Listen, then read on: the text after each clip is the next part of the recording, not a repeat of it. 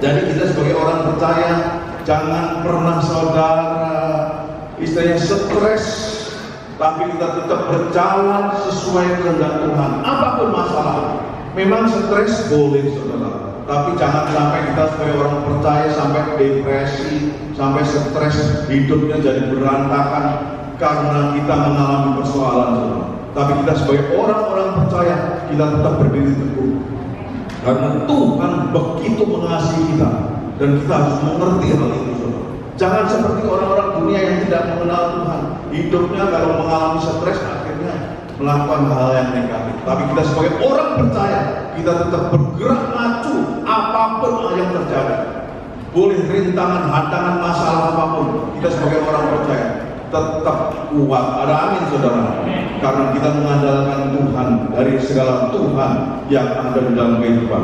Dan sesuai kebenaran firman Tuhan, kita akan baca renungan firman Tuhan pada pagi hari ini saudara, Matius 11 saudara. Ini ayat sudah terkenal dan populer saudara, mungkin banyak tahu. Tapi banyak orang percaya hidupnya tetap mengandalkan kekuatan sendiri dan akhirnya jatuh dan tidak mengalami pemulihan. Saudara, Matius 11 ayat 28 sampai dengan 30 saudara. Haleluya. Saudara, saya hitung, saudara baca dengan suara yang nyaring. Sudah dapat semua? 2, 3.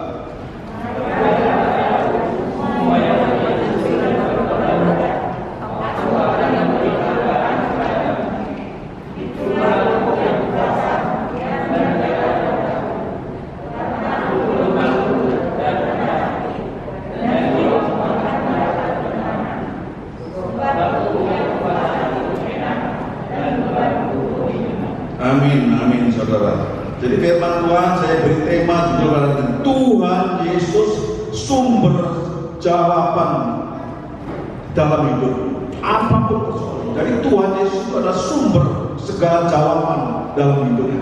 Apapun masalah hidup kita. Saudara perhatikan baik-baik. Marilah kepadaku yang letih lesu dan beban berat, aku akan memberikan kelegaan kepadamu. Jadi kita orang percaya itu sebetulnya luar biasa, hidup kita ini diberkati. Tuhannya begitu luar biasa, begitu mengasihi kita, saudara-saudara. Benar-benar sayangnya Tuhan itu nggak seperti Tuhan kita yang ada, saudara. Ini bukan promosi, saudara, bisa buktikan dengan Tuhan-Tuhan yang lain, saudara. Tuhan kita itu begitu sayangnya sama kita, yang udah saya katakan no limit saudara. Bayangkan saudara. Tapi kenapa kita sebagai orang-orang percaya masih banyak mengalami kesedihan, penderitaan, seolah-olah Tuhan itu tidak ada? Kenapa? Itu jadi pertanyaan kita semuanya. Tapi saya kalau mau tanya juga, kenapa saudara tidak mengerti dengan kasih anugerah Tuhan itu? Kenapa? Karena kita tidak mau intim kepada Dia. Kita tidak tahu bahwa Tuhan kita itu hidup dan Tuhan kita ini berkuasa. Nah ini jadi persoalan. Makanya Tuhan katakan, datanglah kepadaku. Sudah. Yang letih lesu. Saudara mungkin sekarang ini kita lagi letih lesu, saudara hanya datang kepada Tuhan, lagi letih hidupnya, lagi susah. Bukan itu saudara. Jadi kita ini tidak boleh sistem datang kepada Tuhan itu dengan musiman, dengan maunya kita. Kalau kita lagi letih lesu, datang kepada Tuhan. Kalau lagi enak, lupa sama Tuhan. Tuhan nggak mungkin jawab. Tapi yang dimaksud Tuhan ini, kita ini harus mengandalkan Dia sepenuhnya. Apapun keadaanmu, saudara mengalami masalah, tidak mengalami masalah, hidup diberkati, saudara tetap harus datang kepada Tuhan. Bukan hanya sekedar orang yang letih aja, tapi orang yang merasa dirinya kuat pun, saudara mungkin yang diberkati, saudara tetap hadir kepada Tuhan. Karena Dia yang sanggup melakukan segala hal. Dia adalah kekuatan, Dia adalah penolong, Dia adalah penghibur, Dia segala-galanya saudara. Jadi kita tetap datang kepada Dia. Yang letih lesu dan berat-berat, Makanya dia bilang, katakanlah kepada aku akan berikan engkau kelegaan. Coba enaknya bukan main. Kita mengalami masalah tekanan hidup, kita rasanya berat. Aduh, rasanya persoalan hidup. Saya merasakan saudara mungkin saat ini saudara juga banyak mengalami beban persoalan yang dia hadapi. Tapi percayalah, Tuhan terlalu sayang terhadap kita. Saya berkata seperti ini bukan saya tidak mengalami persoalan saya berat saudara. Tapi saya tetap pikir, dibanding kasih anugerah Tuhan, masa aku tidak ada arti apa. Itu kekuatan saya, karena saya percaya bahwa Tuhan sanggup memulihkan hidup saya. Ada amin. Kita jangan jadi orang Kristen cengeng. Sedikit-sedikit masalah kita stres, tidak bisa sanggup, rasanya kayak hidup ini gak karuan. Kita harus koreksi. Kenapa diri kita seperti itu, saudara? Kita sebagai orang percaya harus kuat menghadapi masalah, saudara. Kenapa? Kita tahu bahwa Tuhan kita ini hidup dan berkuasa, yang sanggup melakukan segala perkara. Apa yang tidak ada yang bisa Tuhan lakukan? Tapi kalau kita tidak percaya, saudara, memang itu jadi persoalan yang serius. Apa bedanya kita orang percaya jadi orang dengan orang dunia? Itu jadi persoalan seperti itu. Makanya banyak orang dunia sekarang mengalami stres yang begitu luar biasa. Mungkin saudara juga stres, tapi kalau stres kita ini wajar, jangan sampai depresi, sampai mungkin mengakhiri hidupnya, saudara, dengan rasanya tidak sanggup menghadapi kehidupan ini, saudara. Seperti di Jepang, saudara. Sampai Jepang itu sekarang terjadi darurat bunuh diri. Bahkan pemerintah Jepang sampai berkata, rakyat, kalau kamu ada masalah apapun, kamu bicara dengan pemerintah. Pemerintah akan menolong.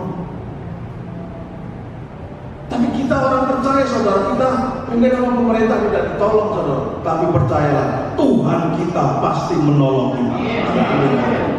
Jadi saudara, nggak mungkin kita sebagai orang percaya ada orang Kristen mati bunuh diri. Nah, harusnya nggak akan terjadi seperti itu, saudara. Tapi di Jepang itu sampai darurat, orang bunuh diri itu sudah gampang. Karena di Jepang itu memang ada ajaran, itu ajaran dari Bushido, dan itu ajaran arah kiri itu bunuh diri itu, saudara, dengan memasukkan pisaunya. Kalau itu sudah itu ajaran dari dia dari dulu.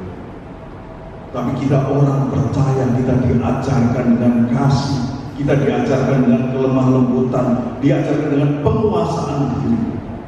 Hidup kita tidak mungkin berlaku seperti itu, karena kita orang percaya. Dikatakan di situ sungguh-sungguh, saudara, katakan Tuhan akan memberikan kepada kamu kelegaan.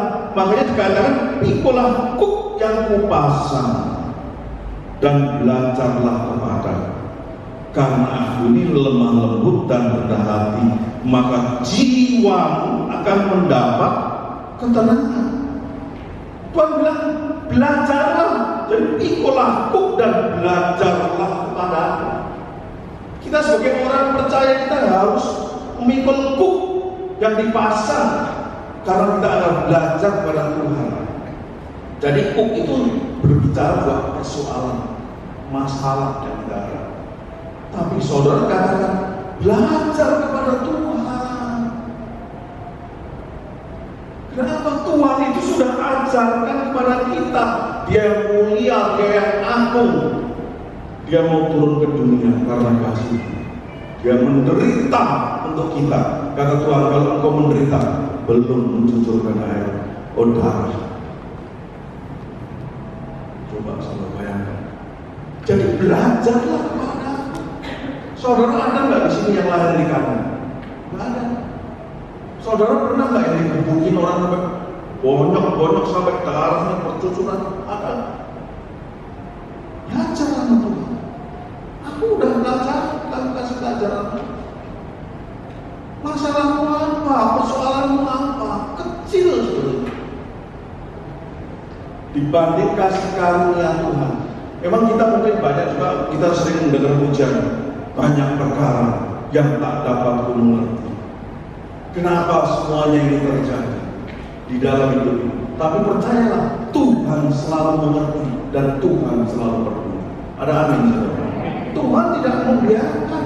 Tapi kenapa memang semuanya ini terjadi? Sekarang corona terjadi di mana? Saudara hidup rasanya sekarang kesulitannya bukan main. Semuanya ekonomi susah. Sekarang ini lagi ada peraturan lagi jam 9 buka, jam 6 harus tutup di wali kota, di kota. Tapi saya puji Tuhan tinggal di kabupaten, jadi juga tidak masalah.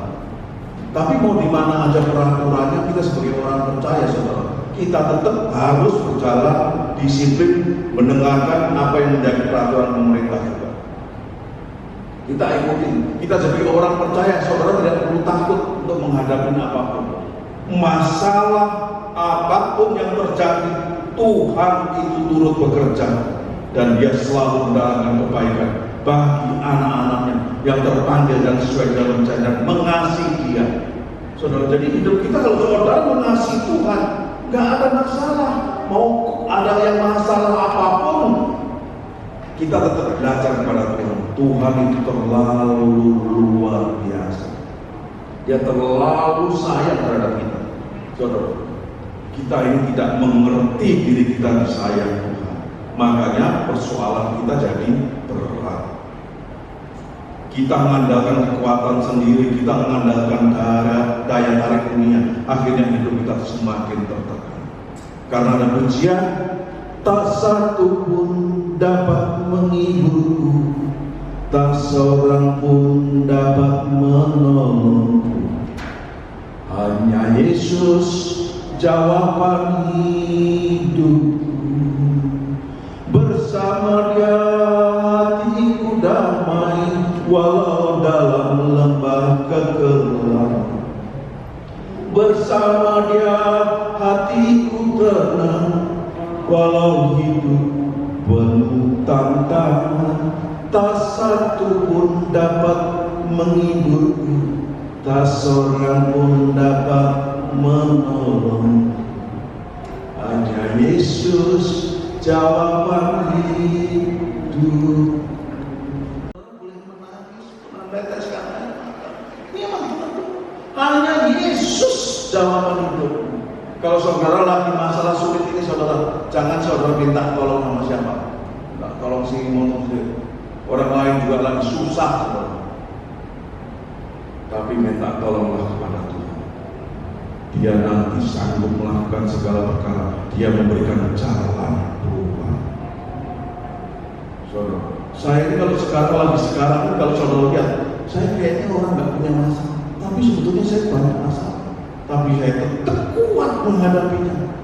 Kemarin sampai ada pendeta ngomong, saya itu punya uang paling, saudara, pendeta ini, saya sebut aja namanya, orangnya bicara langsung, Abraham Suara, saudara. Dia bilang, itu pendeta sudah keliling dunia, saudara. Udah kemana-kemana aja. Karena Kris ini, tahu saudara, uang aja 400-500, paling cuma segitu, saudara bayangkan. Kris. Dan Kristus ini sekarang juga melanda hamba-hamba Tuhan. Bukan hanya semua orang dunia, tapi orang percaya, bahkan pemimpin-pemimpin gereja mengalami masalah yang berlebihan. Tapi kalau saudara bersyukur bahwa hukum yang dipasang Tuhan itu enak, karena Tuhan itu memberikan teladan yang luar biasa. Dan aku ini rendah hati, jangan sombong, saudara, merasa hebat. Saya bisa, saya mampu. Saya lagi enjoy, saya enak. Oh, oke. Tapi Tuhan kalau berperkara sama kita, saudara, kita bisa dihabis. Masalah hamba-hamba Tuhan disumbang dengan saudara, sinode, saudara, sampai dikasih beras paket. Bukan hanya saudara yang dikasih, sampai gembala untuk paket. Saya pernah juga menerima, ada saya bagiin juga ke teman-teman, dikasih paket. Saya juga pernah terima juga, saya ambil. Oh, itu berkat juga, saudara, dari pemimpin. Jangan merasa kita ini jadi orang jadi minder, rendah diri, bahwa kita ini orang yang kayaknya enggak juga. Kalau memang itu butuh, saudara ambil aja, apa? Dikasih, saudara, sampai sinode. Tapi saya juga bersyukur, bukan untuk sombong gagah saya. Akhirnya dari sinode BBD dikasih, tapi sekarang nama saya dicoret, tidak boleh ambil. Saudara, kalau kita dicoret, Biasanya kalau perasaannya kita yang sensitif, kita ini emosi, saudara dicoret rasanya sakit hati, kesel. Tapi saya dicoret malah bersyukur, saudara. Kenapa? Saya dianggap orang yang diberkati. Ada amin, saudara. Jadi kita jangan juga jadi orang percaya, saudara mengandalkan itu hidupnya, saudara. Kondisi sulit seperti ini, mungkin saudara saya katakan ini, saya ini bukan untuk dibelas kasihani, saudara, tapi saya akan cerita. Istri saya sebenarnya paling nggak mau kalau saya cerita-cerita tentang kehidupan kita. Sebetulnya bukannya nggak dia perlu, saudara. Kita mau menyaksikan betapa Tuhan itu baik. Saya dulu tidak punya apa-apa, sekarang juga punya begini anugerah Tuhan. Jangan kita kecil hati. Saudara saya kasih tahu, tadi ada pendeta ngomong 400-500. Uang saya sekarang yang saya ceritakan kepada saudara, ada cuma 45.000 saldonya. Saudara bayangkan. Saudara akan terbelakang. Benar nggak Pak, ini dusta? 45.000 saudara tinggal. Kalau saudara nggak percaya, saya lihatin di ATM sini, HP saya. Tapi saya sedih, menderita, udah. Orang semuanya milik dia, apapun yang terjadi, dia punya rencana. Bahkan dia katakan, suruh belajar kepada dia. Aku ini rendah hati, lemah lembut dan rendah hati. Kita ini jangan jadi orang yang kasar, yang sombong, yang merasa kita hebat. Dalam kondisi sulit sekali pun, saya masih jadi berkat. Ini bukan sekali lagi bukan untuk sombongan saya, saudara, tapi saya juga memberi untuk gembala-gembala pemimpin gereja dari istri saya. Logikanya nggak masuk, saudara. Saya ini lagi perlu duit, tapi saya kasih orang lain. Istri saya tanya sama saya justru yang lain. Tadinya mau kasih sedikit, kasih lebih lagi. Kenapa? Susah orang lain, banyak yang susah, saudara. Sampai mau ngomong ini, saudara, saya bukan mengeter-ngeter yang berbuat. Bayar aja untuk pencalonan pejabat aja PDIP, 250.000 aja nggak bisa bayar. Ini ada yang salah di mana? Sebetulnya tidak ada yang salah. Memang ini proses Tuhan untuk memurnikan kita. Apakah hidup kita mengandalkan Dia sepenuhnya? Proses semuanya dia ada. Sulit semuanya banyak. Tapi loh, kalau saya nggak sulit Pak, puji Tuhan itu anugerah. Ada yang sulit. Bahkan gereja ditutup, tidak ada ibadah. Bukan karena dilarang, tapi tidak ada pengurusnya. Uangnya tidak ada. Jemaatnya yang hadir sedikit, uang persembahannya tidak ada. Saudara jangan melihat bahwa pendeta itu semuanya hidupnya diberkati banyak. Memang ada seperti itu, tapi banyak pendeta justru yang kecil hidupnya menderita. Jangan main, apalagi di daerah-daerah. Kenapa? Hidupnya dari situ. Dia tidak punya penghasilan apa. Jadi kita ini orang-orang yang diberkati, saudara. Jangan karena pikir tuh karena ini hamba Tuhan pendeta yang diberkati, keuangannya banyak, belum tentu, saudara. Hidupnya juga tetap kadang-kadang masih pas-pasan kalau dia tidak dalam. Karena memang firman Tuhan berkata orang pelayan dia berhak mendapat upah dari situ. Masalahnya kalau orangnya jemaatnya nggak ada upahnya untuk berkatnya, ya udah selesai, saudara. Jadi yang kupasang dan belajarlah padaku karena aku itu lemah lembut dan rendah hati. Saudara bayangkan, Tuhan itu rendah hati. Saudara jangan jadi orang Kristen sombong, merasa hebat, merasa mampu. Kalau saudara rendah hati, jiwamu akan mendapat ketenangan. Tadi sekali lagi, saudara, kalau saudara jadi orang percaya, gereja ini saudara tempat wadah juga untuk mendukung jemaat yang mungkin mengalami persoalan. Kalau saudara ada di tempat ini yang mengalami persoalan, gereja tetap menyediakan ada beras, saudara.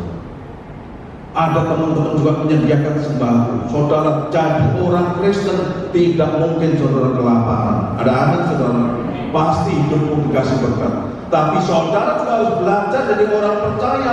Hidupnya jangan mengandalkan manusia, jangan karena mengandalkan pemberian orang.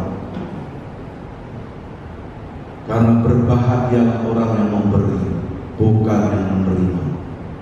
Tangannya di atas, saudara, bukan di bawah.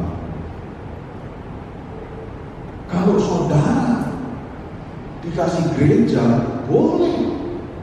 Tapi kalau saudara sudah ada berkat, atau saudara merasa sudah cukup hidupmu, mungkin juga janda atau budak yang tidak punya, memang betul-betul saudara boleh ngambil. Tapi kalau saudara hidupmu ada, sudah bisa menghidupi dirinya, tapi saudara mengambil, saudara hati-hati. Bukan saya nakut-nakut. Saudara mengambil bagian orang yang sulit, tidak boleh. Itu tidak diberkati. Jadi kita harus move on. Jangan hidup kita ini jangan mau dibelas kasihani terus. Tapi gereja bersedia membantu siapapun. Kalau saudara ada yang kesulitan, saya apapun akan perjuangkan untuk memberikan makan. Saudara, nggak mungkin kita biarkan. Banyak orang yang mau menjadi memberkati. Bahkan orang meninggal sekalipun banyak orang yang mau menolong. Cuma saya tidak mau menerima. Kalau saya bisa, saya jalan. Untuk apa kita meminta-minta? Karena Tuhan tidak pernah mengajarkan meminta. Tuhan mengajarkan untuk memberi. Jadi kalau saudara, ayo kalau hidupmu diberkati, jangan terus. Udah hidupnya udah lumayan cukup, terus diambil beras. Gereja itu mau untuk orang lain masih banyak dan susah. Tapi kalau memang saudara butuh, nggak apa-apa ambil. Tapi kalau saudara nggak butuh, orang lain yang lebih butuh. Seperti itu. Jadi kita hidupnya berubah menjadi pribadi yang lebih lagi berkenan di hadapan Tuhan. Sebab kuk yang dipasang oleh Tuhan itu enak dan beban pun ringan. Coba bayangkan, udah dipasang kuk, beban persoalan kok enak kata Tuhan dan malah ringan. Kenapa? Karena kuk itu saudara, Tuhan ikut memikul persoalan kita. Ada amin saudara. Jadi hidup kita ini diberkati luar biasa. Tuhannya yang ikut memikul kita. Ayo persoalannya, kalau kita hidup sungguh-sungguh berjalan dengan Tuhan, Tuhan itu sangat luar biasa. Makanya Tuhan itu sumber segala jawaban dalam hidup. Apapun masalah. Karena di Mazmur 23 saya juga mungkin nggak bisa membahas ayat ini terlalu banyak sebetulnya, lama saudara. Sebetulnya ini memang perlu dibahas. Tapi saudara lihat di Mazmur 23, Tuhan itu gembala yang baik. Saudara, saya bacakan aja, saudara mungkin juga.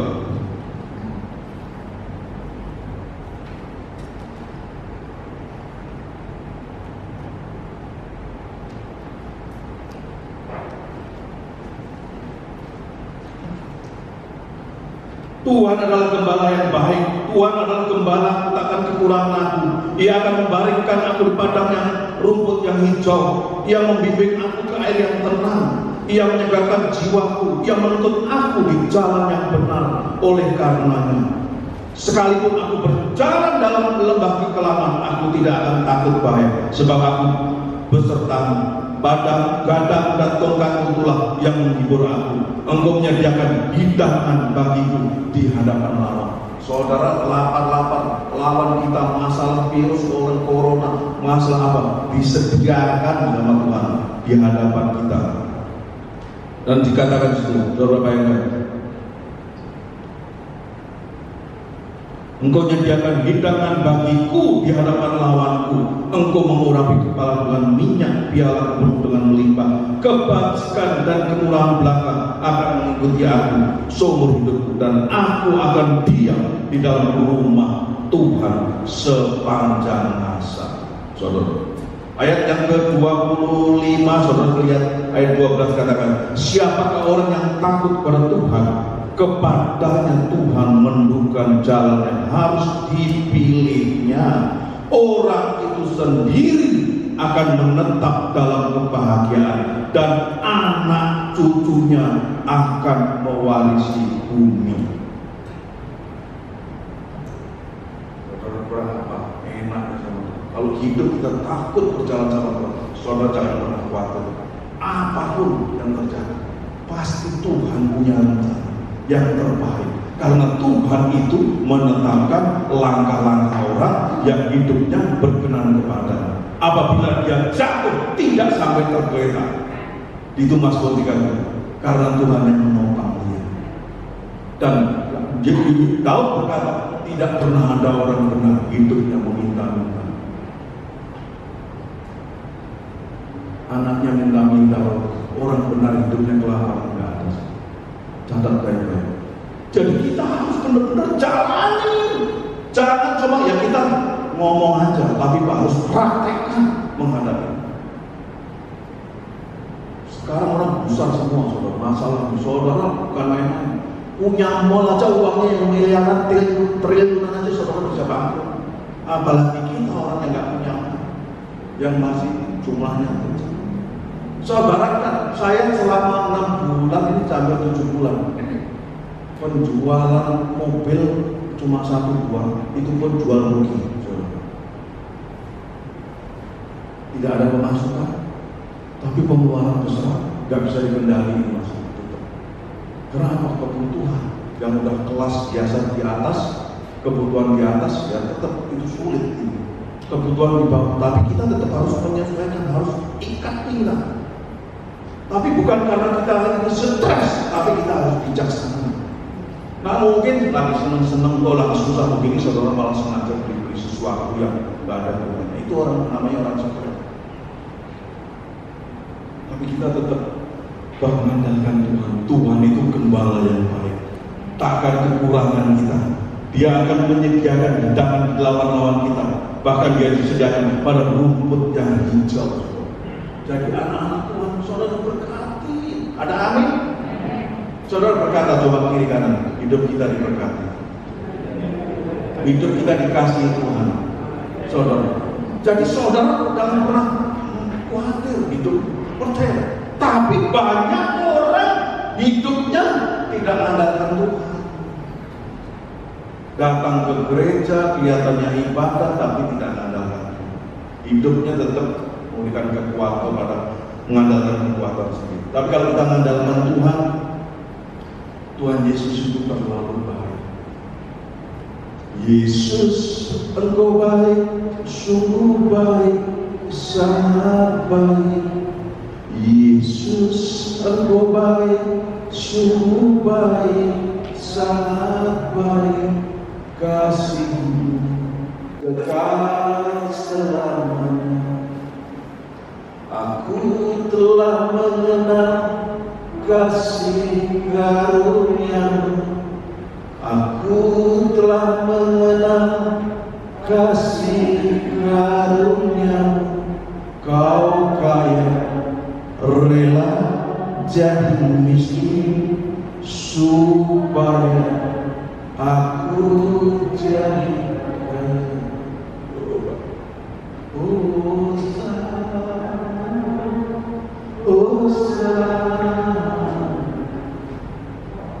Yesus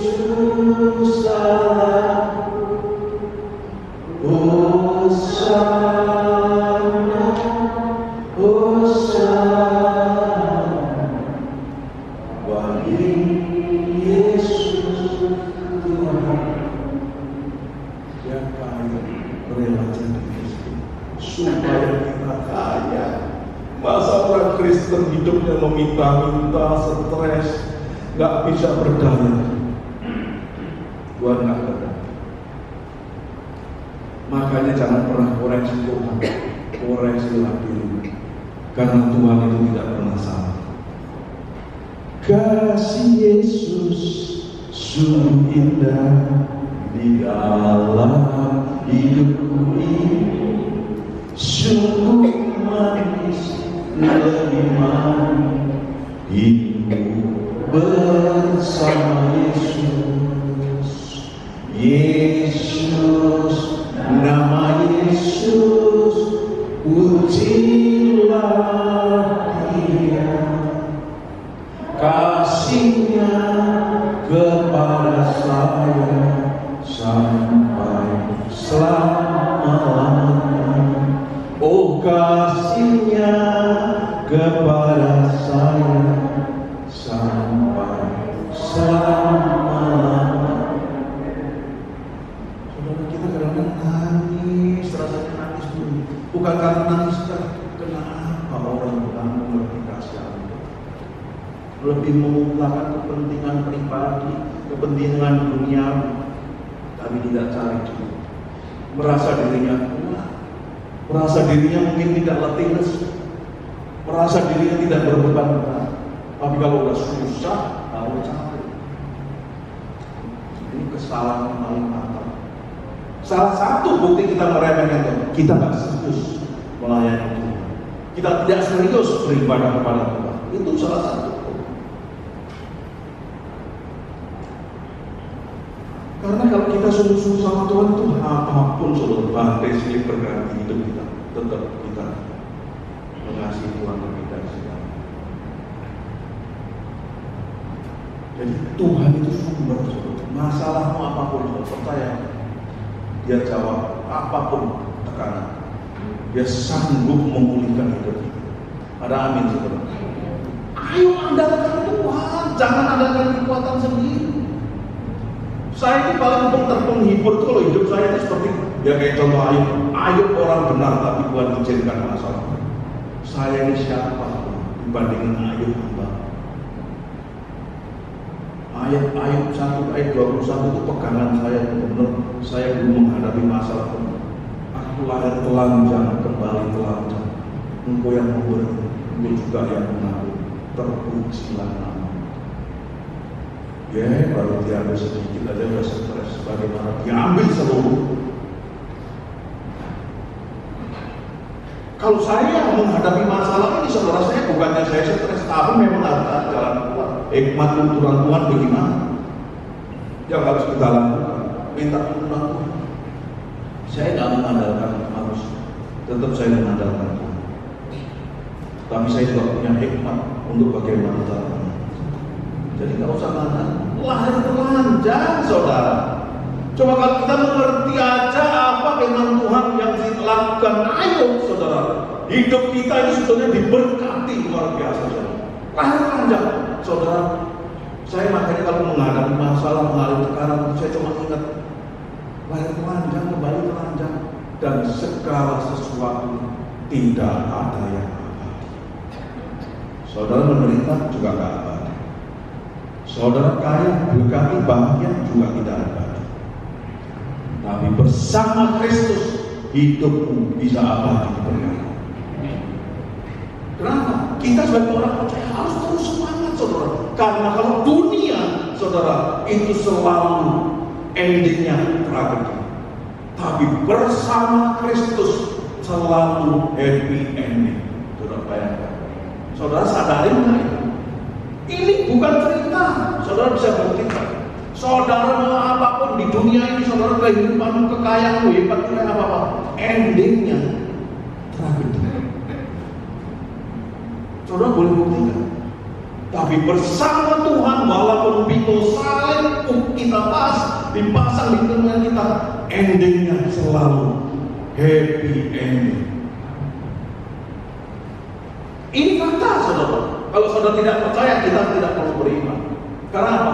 Orang dunia selalu endingnya neraka.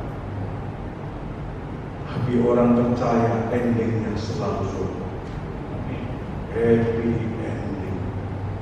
Tapi Eden itu, saudara, surga juga bukan hanya di surga nanti.